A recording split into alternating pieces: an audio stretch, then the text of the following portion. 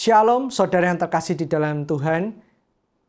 Renungan hari ini diambil dari Daniel pasal 6 dengan tema tidak satu cara.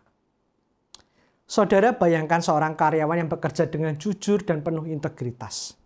Dia tidak pernah mengambil jalan pintas atau terlibat dalam korupsi oleh karena kerjaannya benar dan baik dan ia cepat naik jabatan.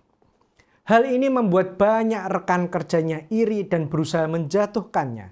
Mereka mencari cara untuk membuatnya tersandung, tetapi tidak menemukan kesalahan dalam pekerjaannya. Akhirnya, mereka menggunakan berbagai macam cara untuk menjeratnya, termasuk salah satunya menguji integritas, isu agama, dan sebagainya dipakai. Inilah gambaran yang sangat mirip dengan kisah Daniel dalam Daniel pasal 6. Ketiga sahabat Daniel, yakni Sadrah, Mesah, dan Abednego, pernah menghadapi ujian iman. Mereka diminta untuk sujud menyembah kepada patung emas buatan Raja Nebukadnezar. Atau jika tidak, mereka akan dilemparkan ke dalam perapian yang menyala-nyala. Ketiganya menolak dan selanjutnya mereka menerima hukumannya. Pada akhirnya nyawa mereka terselamatkan.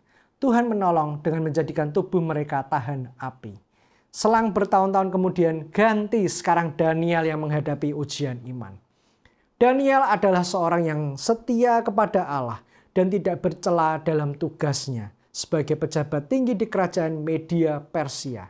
Namun karena iri hati, para pejabat lain merancang skema untuk menjebaknya dengan mengeluarkan dekrit yang melarang seseorang menyembah selain Raja Darius selama 30 hari.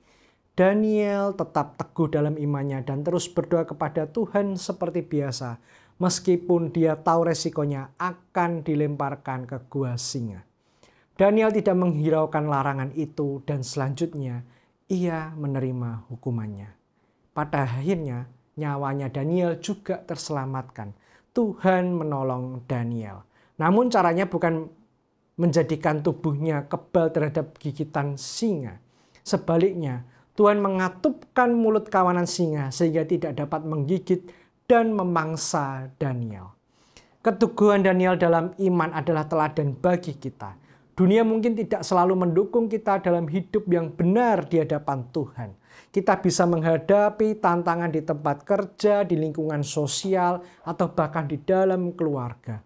Namun seperti Daniel, kita dipanggil untuk tetap setia dan tidak takut akan ancaman manusia. Tuhan akan menolong dan menunjukkan jalan keluar bagi persoalan kita. Namun caranya tentu tidak hanya satu. Cara Tuhan tidak terbatas seperti yang pernah dibuatnya sebelumnya.